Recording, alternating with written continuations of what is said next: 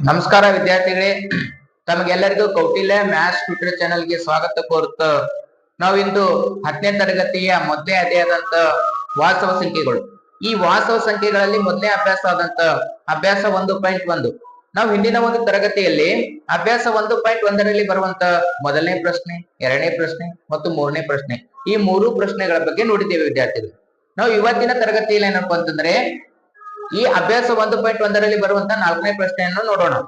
4ನೇ ಪ್ರಶ್ನೆ ಏನ್ ಕೊಟ್ಟಿದ್ದಾರೆ ಅಂತಂದ್ರೆ 306, 657ರ ಮೊಸಹ ಇಸ್ ಈಕ್ವಲ್ ಟು 9 ಆದರೆ ಅವುಗಳ ಏನ್ ಕಂಡುಹಿಡಿಬೇಕು, ನಾವು ಲಸವನ್ನು ಕಂಡು ಹಿಡಿಯಬೇಕು. ಆತ್ಮೀಯ ವಿದ್ಯಾರ್ಥಿಗಳೇ, ನಮ್ಗೆ ಈಗಾಗಲೇ ಗೊತ್ತದ ಏನಪ್ಪಾ ಅಂತಂದ್ರೆ ಪರಿಹಾರ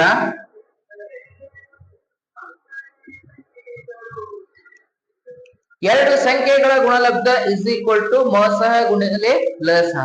ಮೊಸಹ ಮತ್ತು ಲಸಹದ ಗುಣಲಬ್ಧ ಆ ಕೊಟ್ಟಂತ ಎರಡು ಸಂಖ್ಯೆಗಳ ಗುಣಲಬ್ಧಕ್ಕೆ ಸಮ ಆಗ್ತಂತ ನಾವು ಹಿಂದಿನ ತರಗತಿಯಲ್ಲಿ ನೋಡಿದ್ದೀವಿ.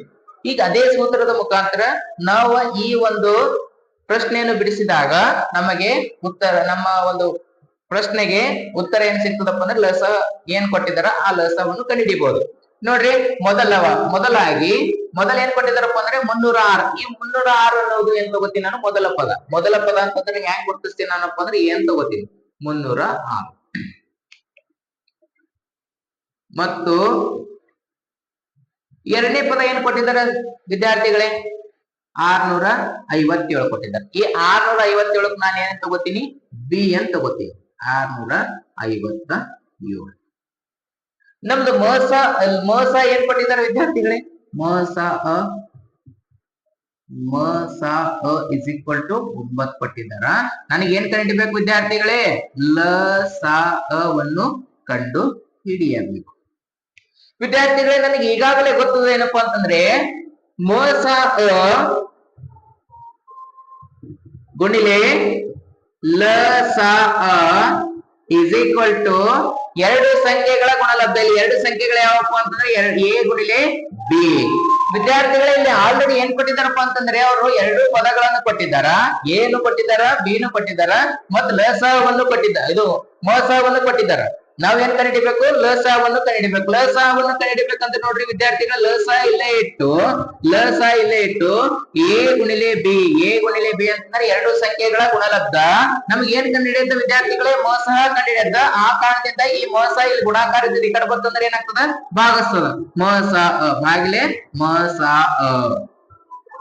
ನೋಡಿ ವಿದ್ಯಾರ್ಥಿಗಳೇ, ಲಸ ಇಸ್ ಈಕ್ವಲ್ ಟು ಎ ಅಂದ್ರೆ ಏನ್ ಕೊಟ್ಟಿದ್ದಾರೆ ವಿದ್ಯಾರ್ಥಿಗಳೇ, ಅವರು 306. ಮೊದಲ ಪದ 306 ಕೊಟ್ಟಿದ್ದಾರ. ಗುಣಿಲೆ ಎರಡನೇ ಪದ ಏನ್ ಕೊಟ್ಟಿದ್ದಾರ, 657 ಭಾಗಿಲೆ ಮೋಸ ಅಂದ್ರೆ ಎಷ್ಟು ಕೊಟ್ಟಿದ್ದಾರೆ ವಿದ್ಯಾರ್ಥಿಗಳೇ, 9. 9 ಮೂರ್ಲೆ 27. 30ರದ ವಿದ್ಯಾರ್ಥಿಗಳೇ 27 ಕಳೆದರ ಎಷ್ಟು ಉಳಿತದಪ್ಪ ಅಂದ್ರೆ 3 ಉಳಿತದ. 3 ಅಂದ್ರೆ 6 ಅದಪ್ಪ ಅಂತಂದ್ರೆ 36 ಆಗ್ತದೆ. 9 ಎಷ್ಟೇ 36 ಅಂತಂದ್ರೆ 9 4 36. ವಿದ್ಯಾರ್ಥಿಗಳು ಈಗ ಏನ್ ಬಂತಪ್ಪ ಅಂತಂದ್ರೆ ನಮ್ಮ ಹತ್ರ 34 ಗುಣಿಲೆ 657 ಎಷ್ಟು ಉಳಿತು. ಈಗ ನಾವ್ ಏನ್ ಮಾಡ್ಬೇಕಂದ್ರೆ ವಿದ್ಯಾರ್ಥಿಗಳೇ, 34ಕ್ಕ 657 ಗುಣಿಸ್ಬೇಕು. ಇಲ್ಲಿ ನೋಡ್ರಿ, 657 ಗುಣಿಲೆ 34. ವಿದ್ಯಾರ್ಥಿಗಳೇ, 4 7 ಎಷ್ಟಪ್ಪ ಅಂತಂದ್ರೆ 28. 2 ಕೈಲ 4 5 20. 20 ಒಂದ್ 2 ಕೂಡಿಸಿದ್ರ 22. 2 ಕೈಲ. ನೆಕ್ಸ್ಟ್ 6 4 ಎಷ್ಟು 24. 24 2 ಕೂಡಿಸಿದ್ರ 26. ಗುಣಿಲೆ 3 7 ಎಷ್ಟಪ್ಪ ಅಂತಂದ್ರೆ 21. 2 ಕೈಲ. ನೆಕ್ಸ್ಟ್ ವಿದ್ಯಾರ್ಥಿಗಳೇ, 3 5 15. 15 ಒಂದ್ 2 ಕೂಡಿಸಿದ್ರ 17. 1 ಕೈಲ. 3 6 ಎಷ್ಟು 18. 18 1 ಕೂಡಿಸಿದ್ರ 19. ನೆಕ್ಸ್ಟ್ ವಿದ್ಯಾರ್ಥಿಗಳೇ 8. 2 1 ಕೂಡಿಸಿದ್ರ 3. ನೆಕ್ಸ್ಟ್ 6 7 ಕೂಡಿಸಿದ್ರ 13. ಕೈಲ 1. ನೆಕ್ಸ್ಟ್ ಏನಪ್ಪಾ ಅಂತಂದ್ರೆ 9 1 ಕೂಡಿಸಿದ್ರ 10. 10 2 ಕೂಡಿಸಿದ್ರ 12. ಕೈಲ 1. 1 1 ಕೂಡಿಸಿದ್ರ 2. ನಮ್ದು ಲಸ ಏನ್ ಬಂತು ವಿದ್ಯಾರ್ಥಿಗಳೇ, 22,338. ಈ ಎರಡು ಸಂಖ್ಯೆಗಳ ಮೊಸ 9 ಆದಾಗ ಅದರ ಲಸ ಏನಾಗ್ತದಪ್ಪ ಅಂತಂದ್ರೆ 22,338. ವಿದ್ಯಾರ್ಥಿಗಳೇ, ಈ ವಿಡಿಯೋ ನಿಮಗೆ ಇಷ್ಟವಾಗಿದ್ದರೆ ಲೈಕ್ ಮಾಡಿ, ಶೇರ್ ಮಾಡಿ ಮತ್ತು ಪಕ್ಕದಲ್ಲಿರುವ ಬೆಲ್ ಐಕಾನ್ ಅನ್ನು ಕ್ಲಿಕ್ ಮಾಡಿ. ಆದರೆ ಸಬ್ಸ್ಕ್ರೈಬ್ ಮಾಡೋದನ್ನು ಮರಿಬೇಡಿ. ತಮಗೆಲ್ಲರಿಗೂ ಧನ್ಯವಾದಗಳು.